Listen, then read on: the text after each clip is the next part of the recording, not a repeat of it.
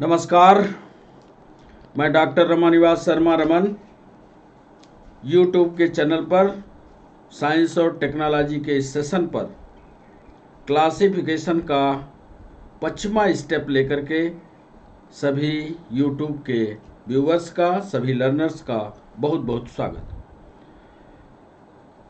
आज का यह 5वां चरण फंजाई पर आधारित होगा। जैसे कि हम पहले भी आपको बता चुके हैं कि यह चैप्टर थोड़ा सा विस्तार से है और कठिन भी है। हम उसको सरल करने की कोशिश कर रहे हैं। हमने आपको बताया था कि आर.एच. बिटकर के द्वारा क्लासिफिकेशन दिया गया और उस क्लासिफिकेशन को 5 पदों में वर्गीकृत किया आर.एच. बिटकर ने 1969 में। उन्होंने बताया कि living organism Monera, Protista, fungi, Plantae और एनिमिलिया में बांटा गया। जैसा आप सामने चित्र में भी देख रहे होंगे, हमने मुनेरा को पूरा किया, प्रोटिस्टा को पूरा किया और आज बारी फंजाई की है। मुनेरा और प्रोटिस्टा में कैसे कॉम्पिटिटिव एग्जाम में सवाल आए, कैसे गंभीरता से सवाल पूछे गए, ये सारा कुछ डिस्कशन विस्तार से हमने आपको लिख करके पढ़ा दिया है। आज बारी फंजाई की है। चित्र में आप देख रहे हो, मुनेरा में हमने छोटे जीवों के बारे में बात की, प्रोटिस्टा में हमने अमीबा का उदाहरण लिया और आज फंजाई में उन जीवों का विवरण आपके सामने प्रस्तुत करेंगे जो सैप्रोफिटिक हेट्रोट्रॉप्स के रूप में हमारे सामने। तो लिविंग ऑर्गेनिज्म जैसा कि आप जानते हैं मुनेरा, प्रोटिस्टा, फंजाई, प्लांटी और एनिमिलिया में बटे। आज तीसरे की बारी है और वो है फंजाई। तो चलिए फंजाई की शुरुआत। पहला पॉइंट इसमें जो नोट करते हैं वो सबसे पहली बात कि इसमें फंजाई में केंद्रक का पाया जाना, ये कॉम्पिटिटिव एग्जाम का पहला सवाल भी है। न्यूक्लियस की उपस्थिति, केंद्रक का पाया जाना। ऊपर लिखिएगा कि आज फंजाई का डिस्कशन है और ये तीसरा किंगडम है।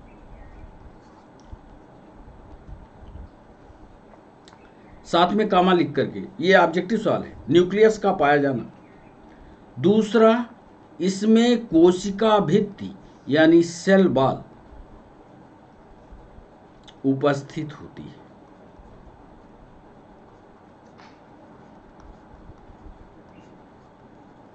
अब एक सवाल कॉम्पिटिटिव एग्जाम में पूछा गया कि फंजाई में सेल वॉल तो है, कोशिका भित्ति है, ये कोशिका भित्ति किसकी बनी होती है? तो आगे इसी पॉइंट को नोट कर लेते हैं जो आपके कॉम्पिटिटिव एग्जाम में मदद करेगी। वो होती है काइटिन की बनी हुई। काइटिन की भी हो सकती है और कभी कभी ये सेल्यूलोज की भी होती है। दोनों भूलिएगा नहीं, काइटिन की भी और सेल्यूलोज की भी होती है। दूसरी महत्वपूर्ण बात, यही कॉम्पिटिटिव एग्जाम में पूछा गया कि क्या फंजाई में या फंजाई किंगडम में आने वाले फंगस में क्या क्लोरोप्लास्ट होता है? यही लिख लेते हैं, एब्सेंट क्लोरोप्लास्ट। क्लोरोप्लास्ट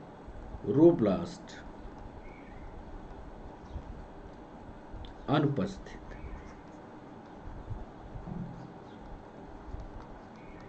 सारे ऑब्जेक्टिव हैं। जो दूसरा महत्वपूर्ण बिंदु आपको बताने जा रहे हैं, ये कई ऑब्जेक्टिव, कई कॉम्पिटिटिव एग्जाम में पूछा गया कि जो फंगस होते हैं क्या ये बड़े बड़े पेड़ पौधे हैं? आज ये समझ लीजिए कि ये फंगस एक छोटी संरचना वाले पौधे हैं। अब जब छोटी संरचना होगी, एक बड़े पेड़ को यदि हम अपने आँख के सामने लाते हैं तो उसमें देखते हैं कि जड़ है, तना है, पत्ती है। मानिए उसकी बॉडी जो है 3 भागों में बटी है, जड़, तना और पत्ती। और ऐसे पौधे जिनके जड़ और तना पत्ती में डिफ्रेंसिएशन ना हो, बांटा ना जा सके, ऐसे पौधे थैलस कहलाते हैं। थैलस माने छोटी सी ऐसी रचना, ये है थैलस। तो सबसे बड़ी विशेषता ये कि ये थायलस के आकार के होते हैं, थायलस के आकार के होते हैं। तो एक बात तो तय हो गई कि ये जो फंगस होंगे या फंजाई किंगडम में जो जंतु आएंगे उसमें जड़ तना पत्ती अलग अलग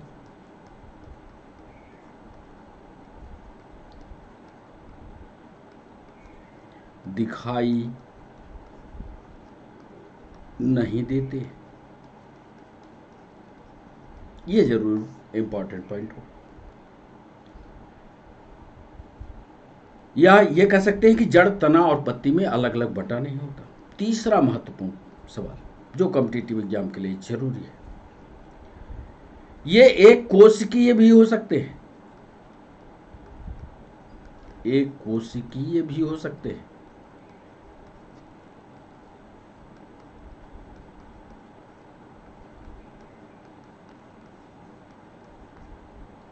और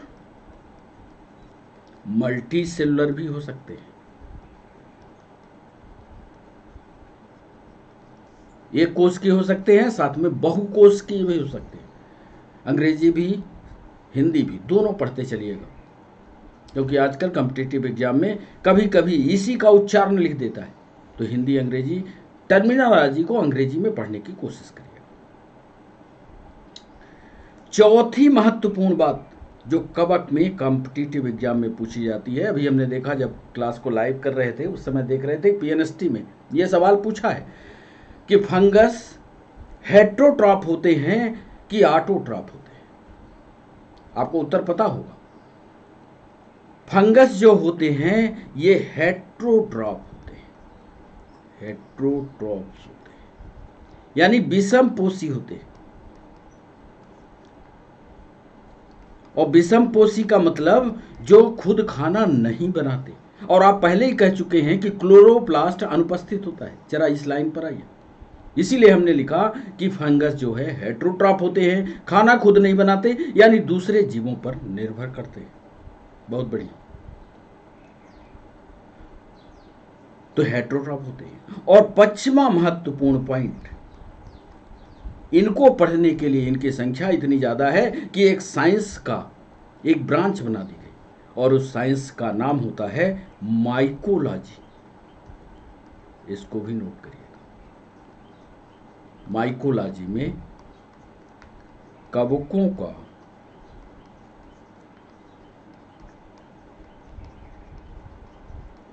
अध्ययन किया जाता है।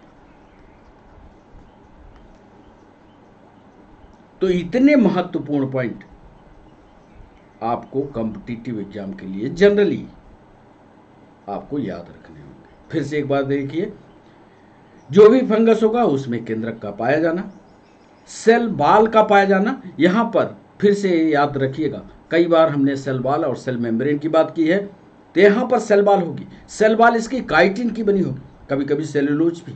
और क्लोरोप्लास्ट पूरी तरह से अनुपस्थित होता है। इनका आकार थैलस के आकार का होता है, अर्थात जड़, तना और पत्ती नहीं दिखाई देते। एक कोशिकीय भी हो सकते हैं और बहुकोशिकीय भी हो सकते हैं। ये सभी के सभी हेट्रोट्रॉप होते हैं, यानी खाना खुद नहीं बनाते। और इनका अध्ययन जिस विज्ञान की शाखा में किया जाता है उसको माइकोलॉजी कहते हैं।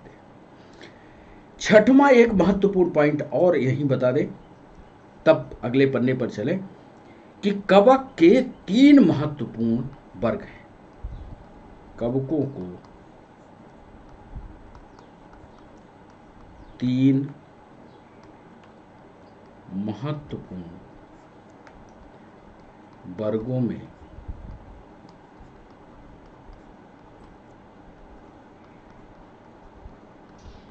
बांटा जा सकता है। और इसका आधार, कवकों को 3 महत्वपूर्ण वर्गों में बांटने का आधार पोषण होता है। पोषण के आधार पर, पोषण के आधार पर पोषण के आधार पर कवकों को 3 प्रमुख वर्गों में बांटा जाता है। अब आइए इसको विस्तार से बताते हैं कि वो कौन से प्रमुख वर्ग हैं। पहला लिखिएगा, बिल्कुल सरल सा है, इंटरेस्ट बनाइएगा, पूरा चलते हुए पूरे लेक्चर में आपको याद हो जाएगा। पहला होता है सैप्रोफाइट। क्या लिखा हमने? सैप्रोफाइट। अब इसकी हिंदी होती है बच्चों मृतोपजीवी।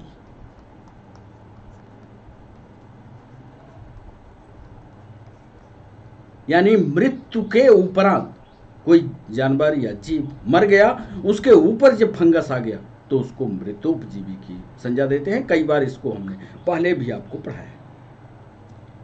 चाहे तो इसको लिख लें, यहीं पर लिख लें, सड़े गले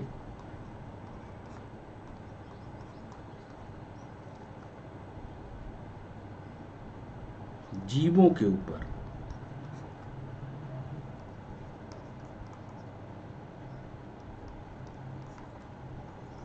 अपना जीवन निर्वाह करते हैं। और सड़े गले जीवों पर गए मतलब सूर्य की ऊर्जा नहीं ले रहे हैं, क्लोरोप्लास्ट है नहीं, यानी हेटेरोट्रॉफ है। और इसका उदाहरण सबसे महत्वपूर्ण है सैप्रोफाइट। कौन कौन सी फंगस है ये महत्वपूर्ण है, ये कॉम्पिटिटिव एग्जाम में पूछा जाता है। तो सबसे पहले उदाहरण इसका लिखिएगा राइजोपस।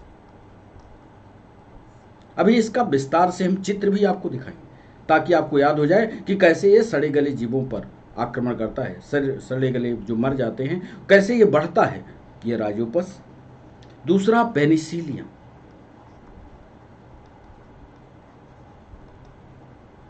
दो याद रखिएगा, दो पर ही सवाल अक्सर पूछेंगे।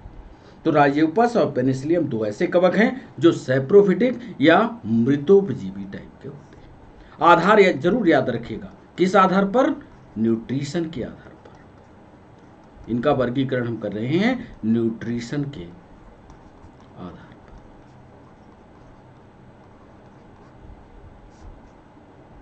दूसरा प्रकार आपको बताते हैं, दूसरा प्रकार होता है परजीवी। पर इसका भी कई बार डिस्कशन पीछे के लेक्चर पर किया है हमने। पैरासाइट। अब पैरासाइट किसको कहते हैं? पैरासाइट ऐसे जीव होते हैं जो जिस होस्ट पर आक्रमण करते हैं उसका जिंदा होना जरूरी है। यहां पर हमने क्या कहा? सड़ा गला मतलब मर गया, निपट गया। परजीवी के लिए होस्ट का जिंदा रहना जरूरी है। तो यहां पर ये तो लिख सकते हैं कि जीवित जीव में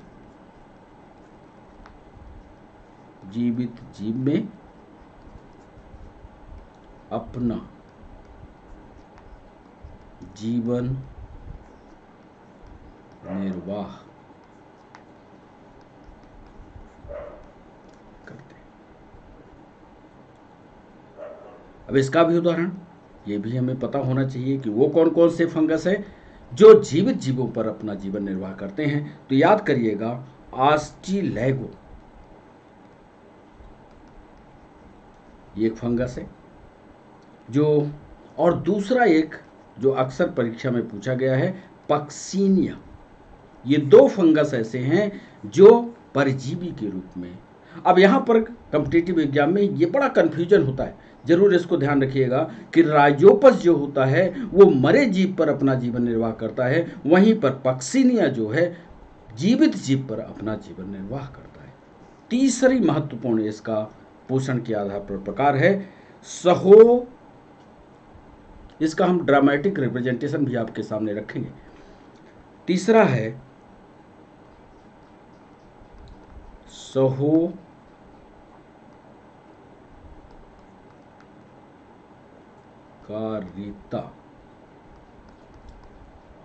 ये नया शब्द हिंदी में भी और इसको अंग्रेजी में भी जो परीक्षा में पूछा गया सेम वही शब्द लेकर के आए। इसको अंग्रेजी में कहते हैं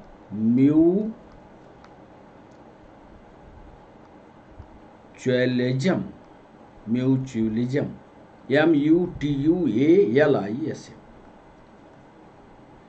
इसी को हम दूसरे भाषा में सिम्बियोसिस का शब्द भी देते हैं, या इसी को सहजीवी भी कह सकते हैं। तुम हमारी मदद करोगे, हम तुम्हारी मदद करेंगे, बराबर बराबर का लेना देना। अब इसको विस्तार से जरूर लिख लीजिए, क्योंकि एक बार पीएससी ने म्यूचुअलिज्म पर एक लंबा लेख लिखवाया है। तो लिख लेते हैं, ये कवक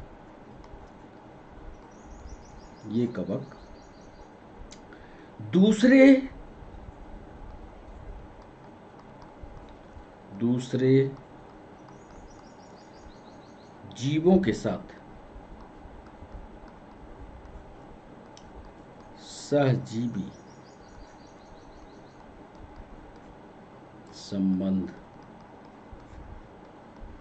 संबंध बनाते हैं और अपना जीवन चलाते हैं। इसका उदाहरण बड़ा इंपॉर्टेंट उदाहरण है। इसका उदाहरण क्या होगा साहब? इसका उदाहरण लाइकेन। अब लाइकेन कैसे बनता है? लाइकेन को आप जानते होंगे, कई बार आपने पढ़ा होगा कि यदि कवक और शैवाल आपस में दोस्ती मिला ले, ये दोनों, तो जो रचना बनती है वो बन जाती है लाइकेन। और लाइकेन के लिए एक अच्छा उदाहरण है, ये कई बार ये सवाल पूछा गया है कॉम्पिटिटिव एग्जाम में, कि लाइकेन प्रदूषण संकेतक भी है। तो याद रखिएगा, लाइकेन जो होते हैं वो प्रदूषण संकेतक भी। तो यह न्यूट्रिशन के आधार पर आप इनको बांटोगे तो 3 तरह के होंगे, सैप्रोफाइट होंगे, परजीवी होंगे और म्यूचुअलिज्म का गुण दिखाएंगे। 3 तरह के होंगे। सैप्रोफाइट में राइजोपस और पेनिसिलियम होगा, परजीवी के रूप में एस्ट्रेलेगुओपैक्सिनिया होगा, सहोपकारिता या म्यूचुअलिज्म में सबसे अच्छा उदाहरण लाइकेन का होगा। तो लाइकेन जहां होते हैं वो प्रदूषण के संकेतक भी हैं उस एरिया में। इसका भी चित्र हम आपको दिखाएंगे कैसे लाइकेन बनते हैं। तो आइए ड्रामेटिक रिप्रेजेंटेशन जो हम आपके लिए लाए हैं उसको आपको दिखा दें। तो देखिए, क्लासिफिकेशन ऑफ फंजाई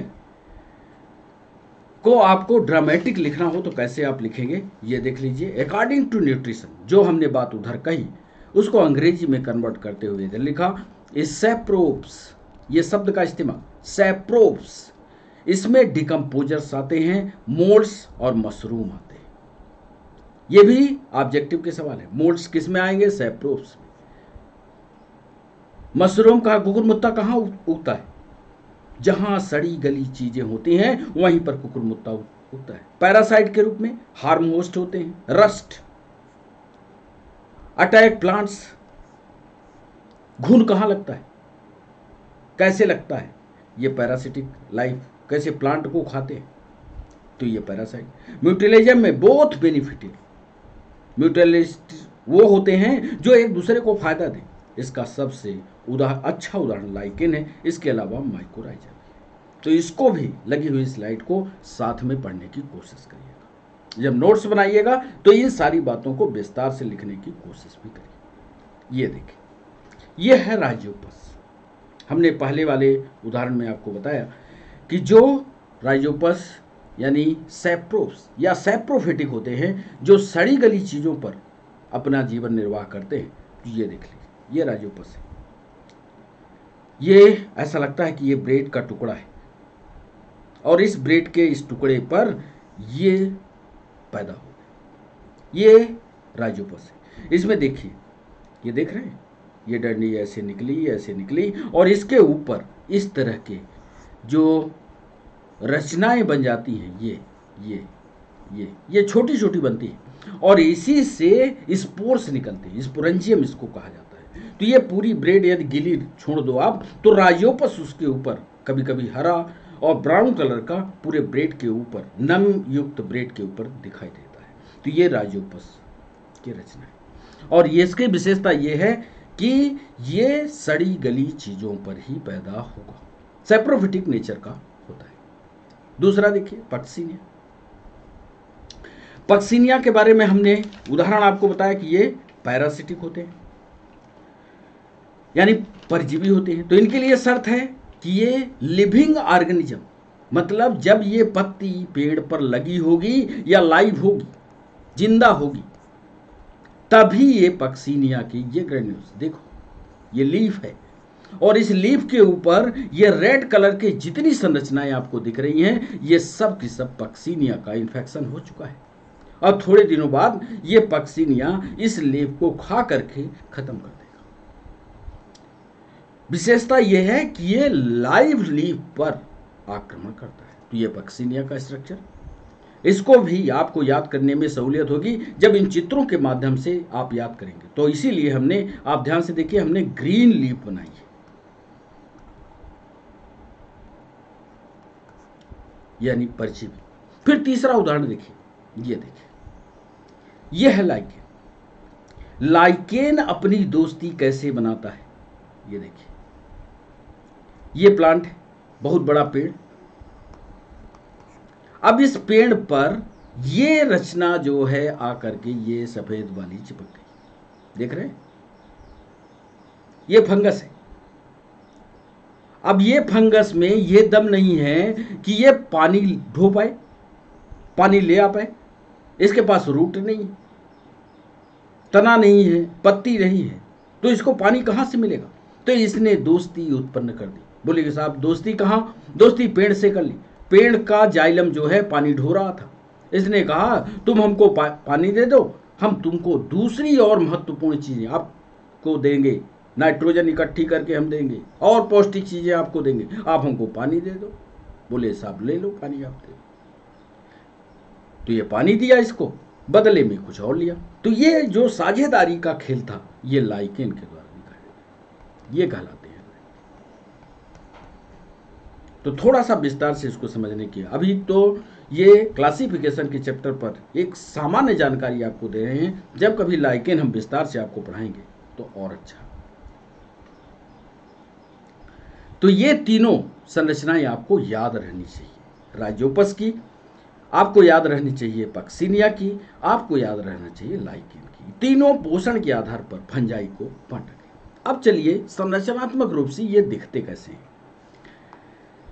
एक पॉइंट नोट करिएगा, संरचनात्मक रूप से, संरचनात्मक रूप से देखिए ऑब्जेक्टिव कैसे बन रहे हैं, कैसे कंपटीशन वाला सवाल पूछ रहा है। संरचनात्मक रूप से कवक धागे नुमा रचना होती है, जिसे हाइफी कहते हैं। ये सवाल है, HYPHAE, याद कर लीजिए। कवक जो है सामान्यतः धागे नुमा रचना होती है और ये हाइफी कहलाती है। कई हाइफी, आगे भी लिखिएगा, कई हाइफी आपस में मिलकर पूर्ण कवक की रचना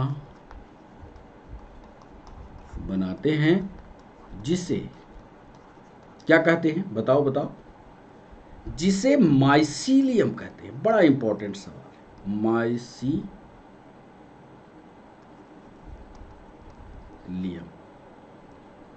याद कर लीजिए, हिंदी में भी लिखना होगा तो लिख लेना, माइसीलियम, माइसीलियम कहते हैं। दोनों ये ऑब्जेक्टिव के दोनों महत्वपूर्ण सवाल ध्यान रखिए। सेल वॉल को बता ही दिया, संरचनात्मक रूप से ये काइटिन की होगी। फिर आपको याद दिला दें कि काइटिन की होगी या सेल्यूलोज की होगी, ये तो आपको याद ही रहेगा। तीसरी संरचनात्मक विशेषता जिस पर ऑब्जेक्टिव, आप बताइए जरा कि कवकों में संचित भोज्य पदार्थ क्या होता है, बताइए। संचित भोज्य पदार्थ मुख्य रूप से, कई कॉम्पिटिटिव एग्जाम में पूछा गया, मुख्य रूप से ग्लाइकोजन या तेल यानी ऑयल होता है। याद कर लो, कई बच्चे ढूंढते रह जाते हैं ग्लाइकोजन ही ग्लाइकोजन, एक लाइन में पढ़ लिया ग्लाइकोजन, ऐसा नहीं कि सिर्फ ग्लाइकोजन रट लिया और ग्लाइकोजन पर ही सवाल पूछेगा। हम सवाल बनाते तो ग्लाइकोजन को हटा देते, लिखते तेल, तब तो आप फंस जाते। तो इसलिए याद रखना, तेल भी तेल या ग्लाइकोजन के रूप में होता है। एक सवाल और पूछा गया, सीधा सवाल लिखते हैं फिर आपसे जवाब पूछते हैं कि डबल रोटी का रंग, डबल रोटी का रंग भूरा या हरा?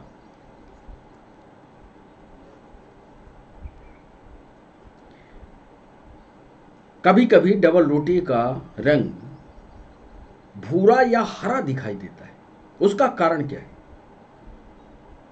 कार्बन डाइऑक्साइड की उपस्थिति, वातावरण में नमी की उपस्थिति, यह सवाल पूछा गया, या दोनों, या दोनों में से नहीं। तो आपका जवाब आएगा, सोचोगे तब जवाब। चूंकि अभी हम लाइव नहीं है तो आप उत्तर नहीं दे पा रहे हो, जल्दी ही हम यूट्यूब पर लाइव आएंगे और सीधा आपसे सवाल पूछा करेंगे। तो डबल रोटी का रंग भूरा या हरा इसलिए होता है क्योंकि वो वातावरण में उपस्थित नमी को यह डबल रोटी सोख ले,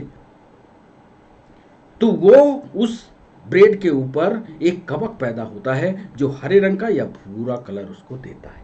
चलिए लिख लेते हैं इसको, डबल रोटी का रंग भूरा या हरा नमी की उपस्थिति के कारण।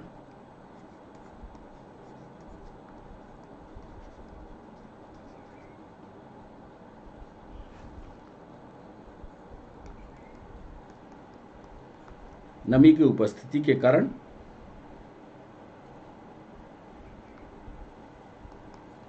होता है। नमी का मतलब पानी की उपस्थिति के कारण होता है।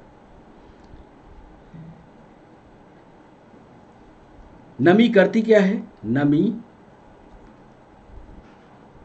फंगस के प्रभाव को तरलता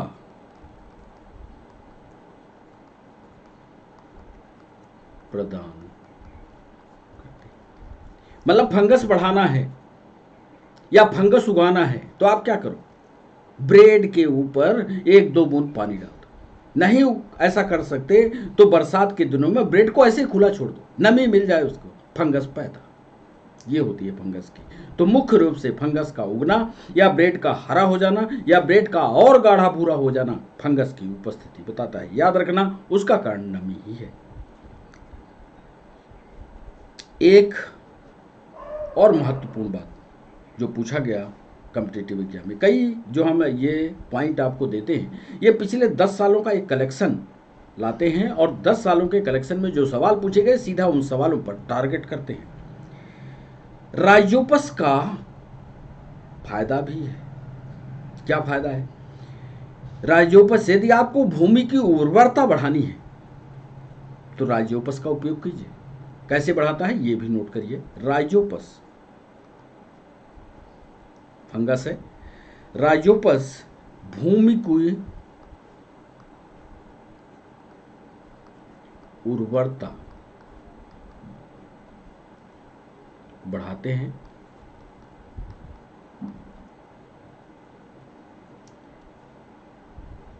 क्योंकि, अब क्यों बढ़ाएंगे? क्योंकि सड़े गले कार्बनिक पदार्थों का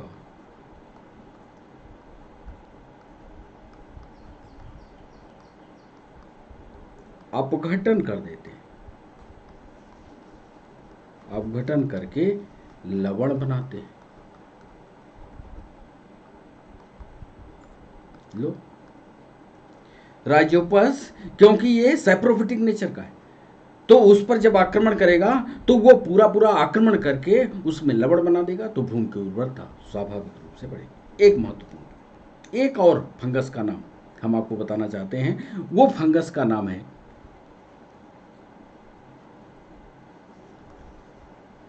ये कॉम्पिटिटिव एग्जाम में पूछा गया है, रोडोटुरेला। रोडोटुरेला,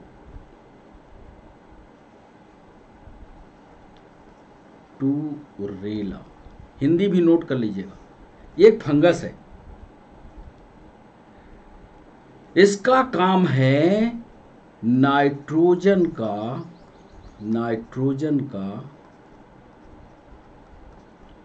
स्थिरीकरण।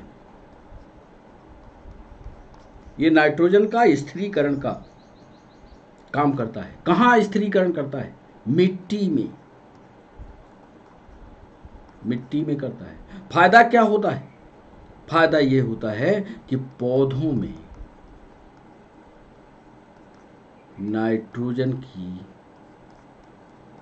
कमी नहीं होती। याद कर लीजिएगा, रोडोटुरेला एक ऐसा फंगस है जो नाइट्रोजन का स्थिरीकरण करता है। ये स्थिरीकरण के कारण मिट्टी में नाइट्रोजन की उर्वरता बढ़ती है और इस उर्वरता के कारण पौधों में नाइट्रोजन की कमी नहीं होती। आप ये भी जानते हैं कि बहुत सारे कवकों का इस्तेमाल, उसकी हम पूरी लिस्ट लाए हैं, आपको पूरी एक लिस्ट आपको दिखाएंगे, बताएंगे। बहुत से ऐसे कवक हैं जिनका उपयोग एंटीबायोटिक्स के रूप में होता है।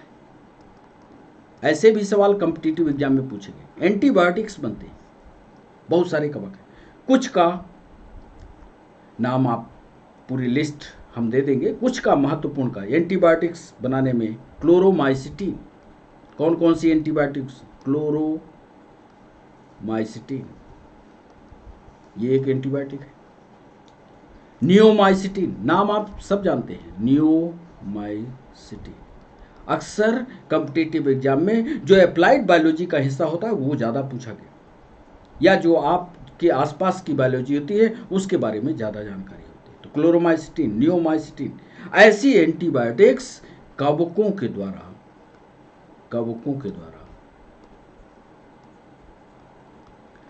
निर्मित की जाती है।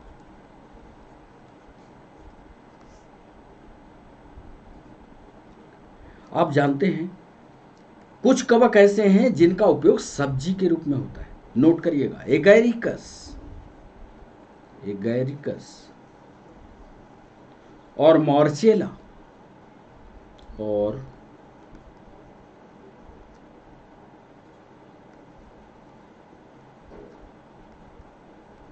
का उपयोग सब्जी के रूप में,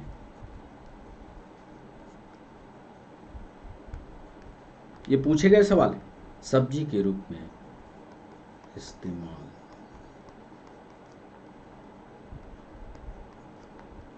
किए जाते हैं।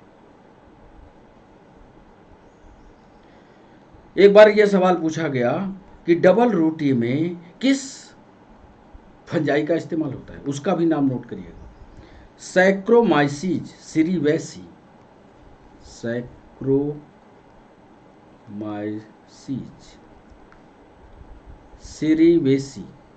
सीरीवेसी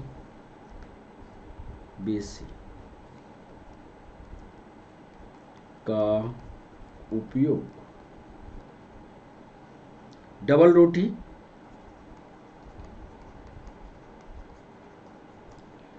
एल्कोहल,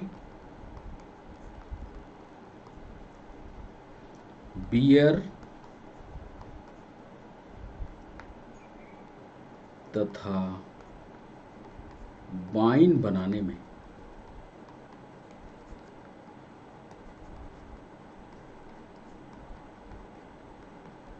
किया जाता है। एक सवाल एमपीएसआई ने पूछा था कि उस कवक का नाम बताइए जिसका उपयोग पनीर में इस्तेमाल किया जाता है, पेनिसिलियम को छोड़कर। तो आपको तो पेनिसिलियम पता होगा, वो दोनों लिख देते हैं, पेनिसिलियम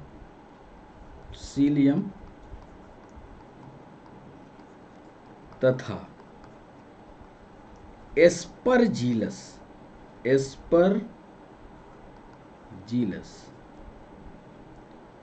का उपयोग पनीर बनाने में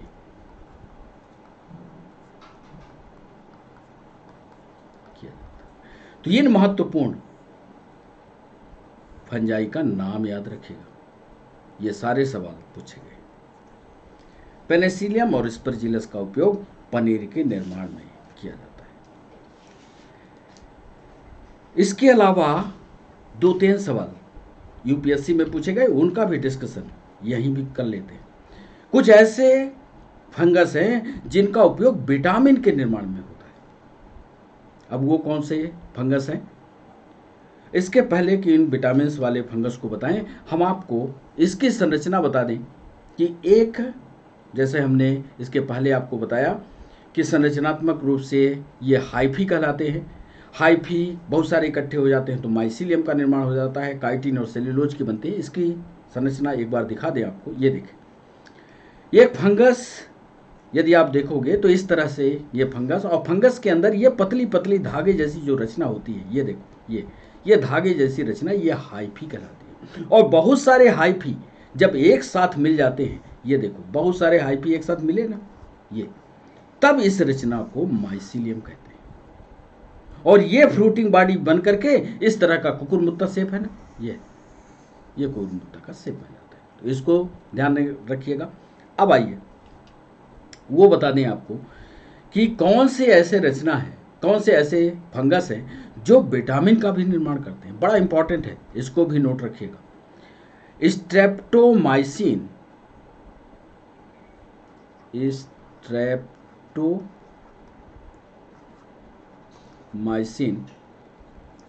ग्रेसियस ऐसा फंगस है जिससे, याद कर लीजिएगा, बड़ा इंपॉर्टेंट है, जिससे विटामिन B12 तथा विटामिन D का निर्माण किया जाता है। याद रखिएगा। एक और महत्वपूर्ण सवाल, ये बड़ी परीक्षा में पूछे गए सवाल था, हम चाहते हैं उसको भी आपको बता दें। एस्परजिलस ओराइजी,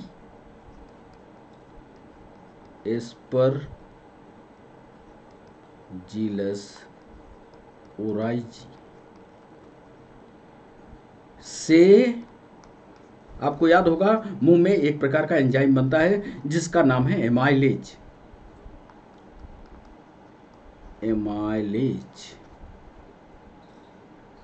नामक एंजाइम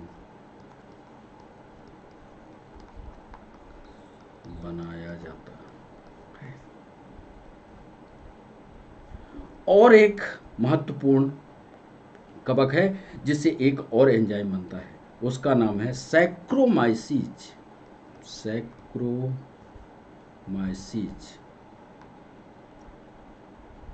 सेरीवेसी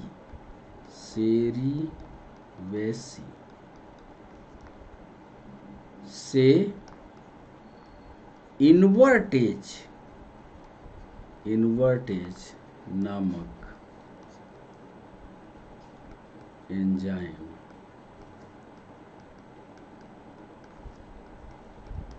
बनाया जाता है। इसके अलावा कवकों की मदद से कई प्रकार के अम्ल बनते हैं। कवकों की मदद से कई अम्ल बनते हैं। जैसे पेनिसिलियम से क्या बनाओगे? आप बताओ, पेनिसिलियम से क्या बनाओगे? गैलिक अम्ल, ये भी पूछा गया है, गैलिक एसिड बनाओगे। दूसरा, राइजोपस ओराइजी से क्या बनाओगे? राइजोपस ओराइजी से क्या बनाओगे? बोले अल्कोहल बनाएंगे, ये भी पूछा गया सवाल। तीसरा, एस्परजिलस नाइजर से क्या बनाओगे? एस्परजिलस नाइजर से क्या बनाओगे? ग्लूकोनिक एसिड बनाएंगे। ऐसे हमने एक लिस्ट आपको दी है, वो लिस्ट को आप पढ़िए और जो सवाल पूछे गए थे उनकी भी एक लिस्ट हमने पेश कर दी है। आप उनको ईमानदारी से पढ़ करके नोट्स बना करके और नोट्स बताइएगा भाई, दिखाइएगा भाई। तो ये इसके इकोनॉमिक इम्पोर्टेंस है। फंजाई पर एक विस्तार से आपको जानकारी है। यही सवाल अक्सर पूछे जाते हैं। आप ये सोच रहे होंगे कि हल्के सवाल पढ़ लेंगे काम चल जाएगा कॉम्पिटिटिव एग्जाम में, नहीं चलेगा। कठिन सवालों पर आइए, कठिन सवालों को पढ़ने की कोशिश कीजिए। तो ये एक चीज और बता दें, कुछ कवक ऐसे हैं जो हमारी लकड़ी को खराब करते हैं, लकड़ी को नष्ट करते हैं। उन कवकों का नाम भी लिखे। कुछ कवक जैसे पोरिया,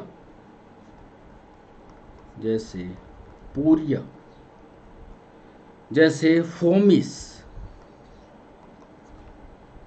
जैसे मारूलियस,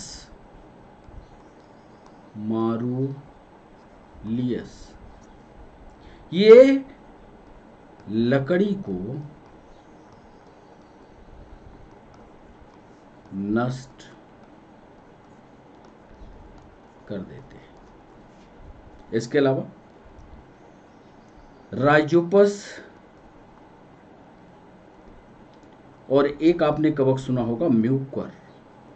म्यूकर जो होते हैं ये खाद्य पदार्थों को समाप्त कर देते हैं।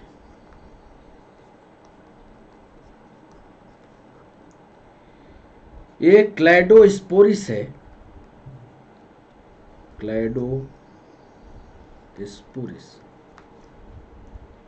फ्यूजेरियम,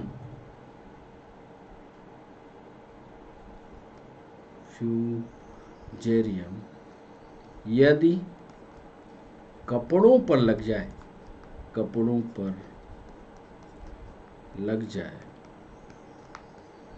तो उन्हें भी नष्ट